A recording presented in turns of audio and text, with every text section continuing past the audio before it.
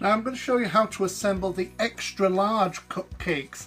Now you need 3 templates to make one of these. This is the largest size. You've got the very top there, you've also got the middle section, and you've got the bottom. You only need to cut one of those out.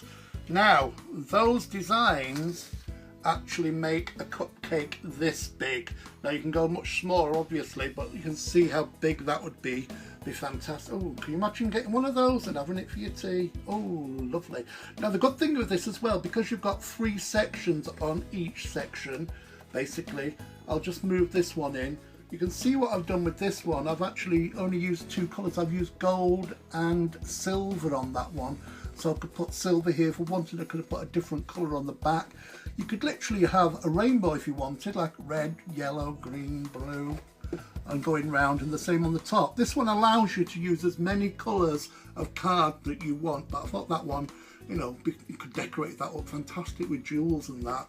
Be great. Now you could use these for anything. Presents would be brilliant. So I'll just put that to one side. This is an example. I've shown you on the other demonstrations how to use a template from the beginning.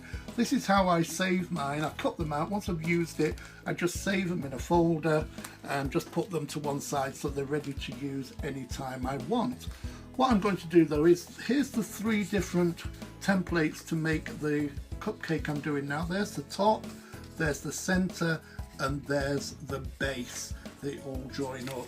So I'm just going to put those to one side, and then let's make just one of the tops, and you just repeat this for all of them.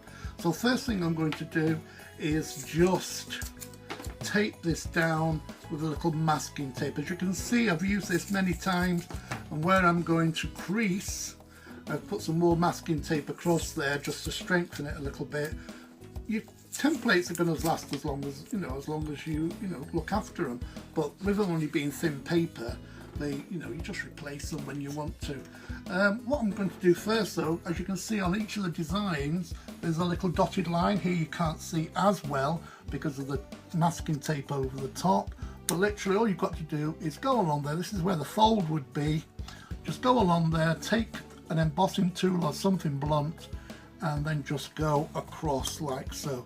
You're just scoring a line so that when you come to fold it, it will fold exactly where you want it to fold, and it'll be easy to get a nice straight line there. Then all you've got to do is cut this out, going right up to the edge of the template.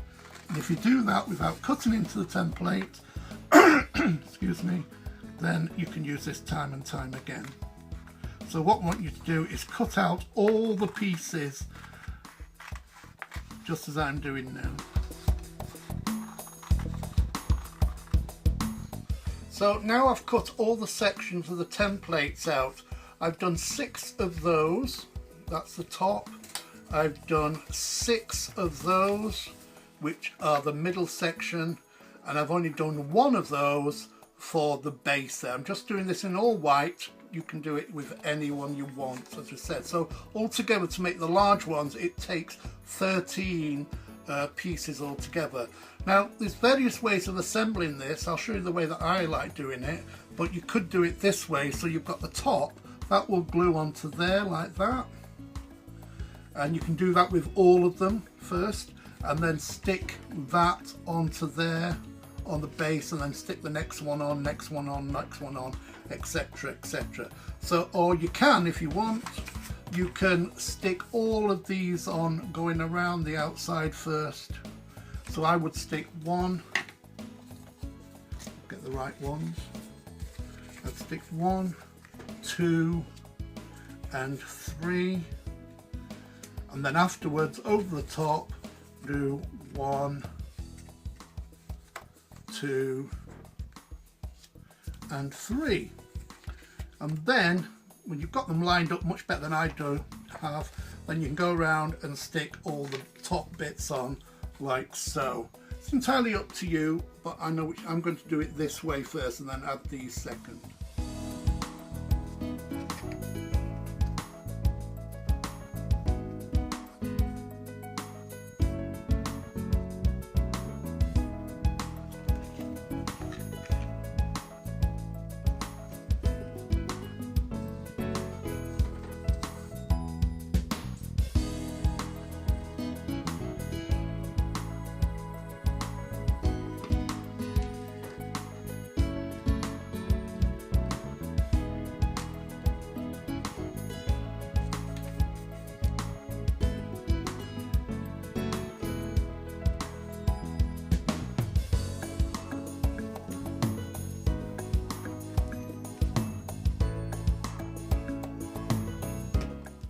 as you can see, you need quite a little bit of table room to be able to make this. Try not to work on a cluttered table because you want to be able to spread it out. Line that up like so. And there you go, then it's ready for the next section. Then all you have to do, I'm going to move around onto this one because it was stuck together before, and I'm just going to glue the first flap there and then start sticking it together so it forms the case of the cupcake.